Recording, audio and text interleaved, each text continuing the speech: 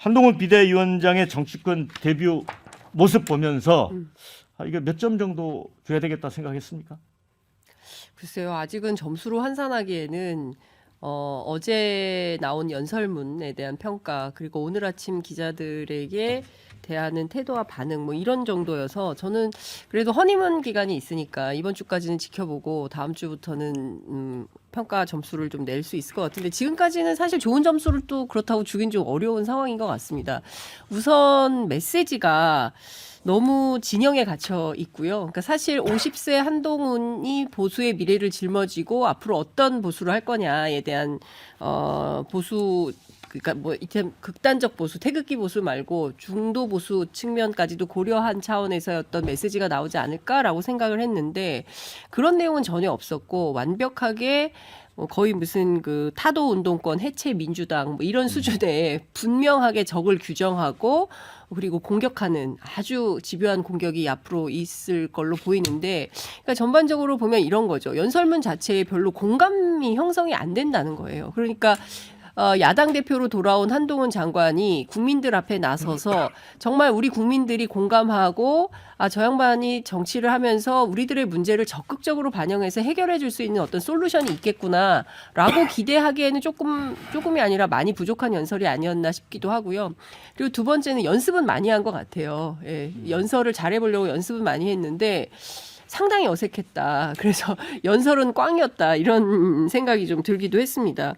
그리고 뭐 산업화 민주화 뭐 이런 얘기를 하면서 상당히 이제 갈라치기를 많이 했어요. 그러니까 운동권으로 통칭돼서 지금 민주당에 정치하는 소위 이제 총학생회장 뭐 전대협 의장 출신들의 정치인들이 있긴 하지만 실제로 그분들이 청산되면 대한민국 경제가 좋아질까? 내 삶이 나아지나? 그게 지금 중요한 대한민국의 시대 정신인가? 라는 판단이 들거든요. 그런 측면에서 보자면 한동훈 위원장은 내년에 있을 총선에 대한 정세인식도 잘못돼 있고 그리고 두 번째는 시대 정신도 오판하고 있다. 이런 생각이 좀 듭니다. 서정욱 변호사님 완전히 점수를 아주 낮게 주는 것 같은데요. 아마 이제 점수 없음이에요. 진보 좌파 진영에서는 상당히 불안할 겁니다. 한동훈 깎아내리기에 여념이 없는데 냉정하게 보면요. 양김씨 있잖아. 김영삼, 김대중 이후에 현상이라고 부를 만한 게 전 두 개가 있다 봐요. 안철수 현상이 한때 있었어요. 그다음에 한동훈 현상이에요. 근데 안철수 현상은 본인의 여러 가지 정치적인 판단 착오로 이미 소멸돼 버린 거죠. 근데 저는 한동훈 장관이 지금 비대위원장이 안철수 대표보다 정치 감각이 훨씬 뛰어나다. 이런 생각이 들어요. 정치는요, 항상 이제 그 적과 동지를 잘 구별하는 게 핵심입니다. 적과 동지를. 한동훈 장관에게 그걸 아는 거예요. 누가 이게 나의 동지고 우리 같은 길을 가는 누가 이게 적인지 이걸 분명히 알고 메시지를 잘 내더라고요.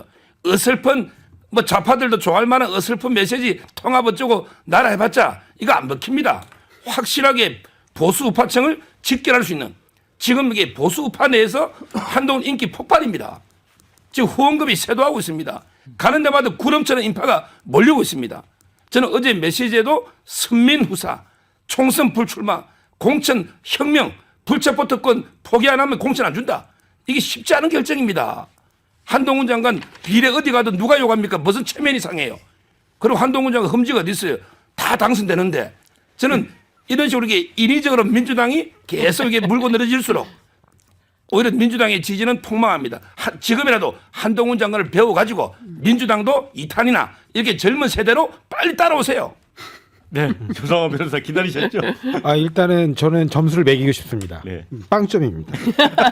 왜냐하면 일단은 그래도 자기가 정치일선에서 첫 나오는 그 자리예요. 그리고 여당 대표라는 굉장히 묵직한 소임을 맡고 나온 자리입니다. 그런데 일단 비문이 너무 많아요. 국어를 잘 모르시나 봐요. 그게 일단은 굉장히 실망스러웠고요. 두 번째로는 비대위원장이 뭐 하는 건지를 잘 모르시는 것 같아요. 왜냐하면 비대위가 여당에서 출범했다는 건 굉장히 심각한 신호거든요. 그러면 내부적으로 우리가 어떠한 점들을 잘못했구나. 이 부분에 대해서 국민 여러분들께 먼저 사과를 하고 반성을 하고 그럼에도 불구하고 여기서 멈춰설 수 없기 때문에 앞으로 어떻게 하겠다 비전이 나와야 되는데 시종일관 거의 제가 볼 때는 한 80% 가까이가 남 탓이에요. 내부적인 반성과 비판이 없어요. 그냥 딱 받아보면 막 그 어떤 전당대회에서 승리한 당대표가 이 선전포고문을 야당을 상대로 하고 있는 것 같은 모습이에요. 그러니까 비대위원장 이게 언사로서 맞나? 굉장히 귀가 의심스러운 내용들이었습니다. 그다음에 뭐 전체적으로 화려한 수식어들 막 이렇게 이곳저곳 말도 인용하고 뭐 심지어 뭐 서태지의 그 환상 속의 그 가사를 뭐 차영에도 왔다고 하고 그런 화려한 수식어들을 싹 걷어내서 보면 결국에는 내가 이렇게 검찰권을 막 지휘하고 있을 때 야당 대표를 이 정도로 후드럽했는데 니네들 도대체 왜 이렇게 선거를 못하는 거야? 그냥 그 정도의 꾸짖음 거기에 더해서 이제 구체적인 팩트 하나 나온다면 이제 불출마 선언을 한 거예요. 근데 불출마 선언도 감동이 없는 게 예를 들면 굉장히 유리한 구도에서 과감하게 자기가 불출마 선언하고 더 큰 승리를 위해서 나가겠다 이랬으면 이게 뭔가 화려하게 조명이 됐을 텐데 지금 어디 나가도 불안불안한 거 아니냐 하는 사이에 거기에서 이른바 접전지에 내가 확 선을 긋고 여기가 우리의 고토다 그러면서 지켜내겠다는 게 아니라 나는 뒤에 빠져 있을게. 과실을 따지 않겠다? 책임도 지지 않겠다는 거거든요. 그래서 이 선거는 원래 다 당신들 책임이고 다 당신들이 알아서 해야 되는데 당신들이 너무 못하니까 내가 뒤에서 선수가 아닌 감독으로서 지휘만 할게. 이 정도 스탠스예요. 그래서 그 부분에 대해서도 별로 감동이 없다.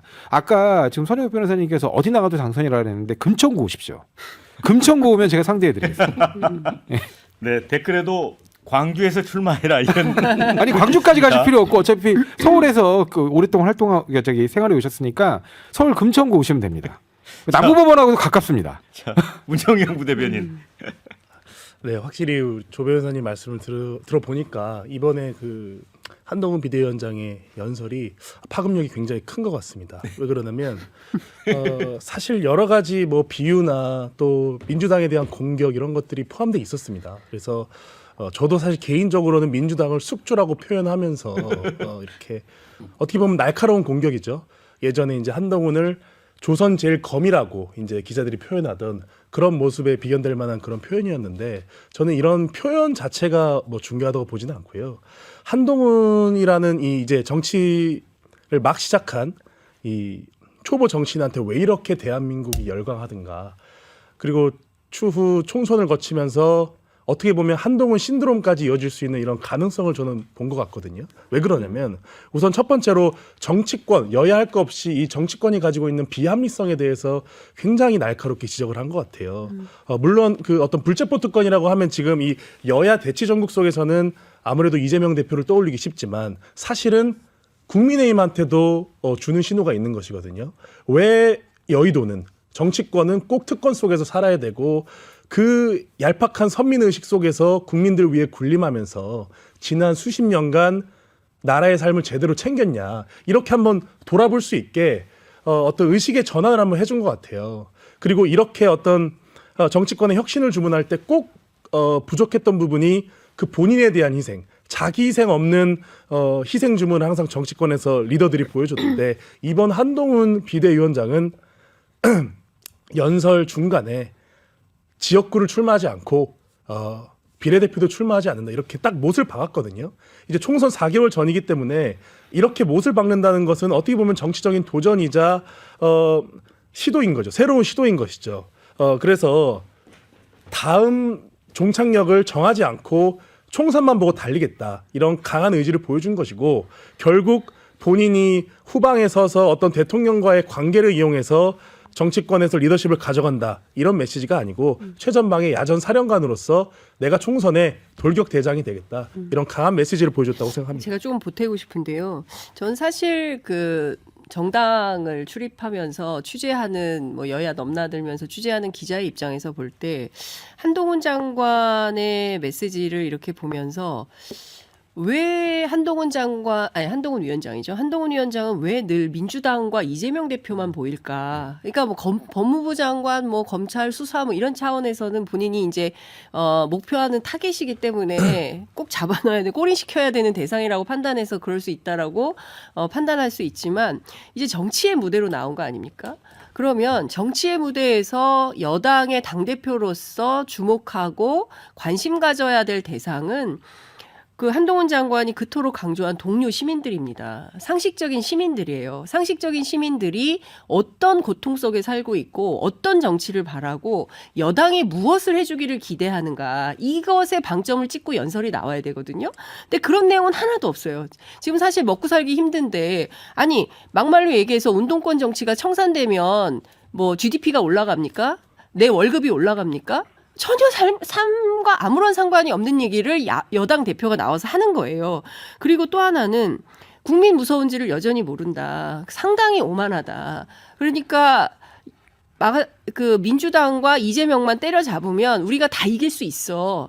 그리고 내가 좋은 세상 만들어줄게 라고 주장하지만 지금 상식적인 국민들이 맞닥뜨리고 있는 어려운 현실은 윤석열 대통령의 검찰 통치로 인해서 도처에서 벌어지고 있는 비상식적인, 심지어 몰상식한 이런 일들이 벌어지고 있는 것에 대해서 분개하고, 그래서 부정평가가 60%가 넘는 거고, 이 콘크리트 부정평가가 1년 반째 이어지고 있는 겁니다. 그러면 겸허하고 겸손한 자세로 대한민국을 앞으로 어떻게 가져가겠다라는 여당 대표로서의 어떤 겸손한 태도가 나와야 되는데 그런 게 전혀 없다. 그리고 오늘도 마찬가지예요. 이재명 대표를 저격하는 것처럼 검사 사칭하는 사람 뭐 대표로 모십니까? 뭐 이렇게 하면서 28일 날 뭐 이재명 대표 만날 건데 어떻게 할 겁니까? 했더니 뭐 관례에 따라서 만나는 거다. 이런 태도가 어디가 있습니까? 그러니까 상대방을 존중하고 같이 무엇인가 협력해서 좋은 나라를 만들어 보겠다는 그런 메시지는 1도 없어요. 오로지 싸운다. 묻지마 공격. 내가 반드시 이재명과 민주당은 다 그냥 고립선멸 시켜버리겠다라는 적과 싸우는 태도인 것이지, 이게 무슨 평범한 정치에서 있는 얘기가 아니다. 그러니까 저는 굉장히 위험하다라는 생각이 좀 듭니다. 아니 막말로 얘기해서 KBS 박민 사장이 들어온 다음에 갑자기 일자리를 잃게 된 방송 작가들, 저도 마찬가지입니다. 갑자기 다 나오지 말라고 통보받아요. 아, 이런 데 대해서 이재명 대표가 무슨 이걸 공포 분위기를 형성했습니까? 윤석열 검찰 통치가 공포 분위기를 형성하고 있는 거예요. 그러니까 이런 문제에 대해서 진중하게 검토하고 판단해서 그렇지 않은 평화롭고 편안한 안정된 행복한 나라를 만들어 드리겠다, 이렇게 발언을 해야지. 네.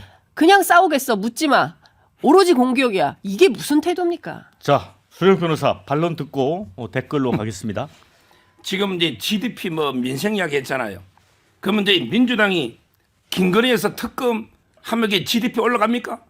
검사 탄핵하면 GDP 올라갑니까? 판사 기피 신청하면 GDP가 늘고 국민이 잘 삽니까? 민주당은 이게 민생에 대해서 뭘 했습니까? 한 번도 이게 대선에 승복한 적도 없고 끝까지 발목 잡고 했잖아요. 저는 이렇게 남탓만 할 게 아니고, 한동훈 장관이 뭘 했습니까? 여당의 약속은 실천이다. 야당의 그 사탕 발림은 약속일 뿐이지만 여당은 실천이다. 우리 담대한 정책으로 정말 국민을 위해서 실천하자 이랬습니다. 앞으로 이게 제대로 저는 민생 정책 할 거다. 이제 야당도 그렇게 정책만 일삼아서는 안 된다 봐요.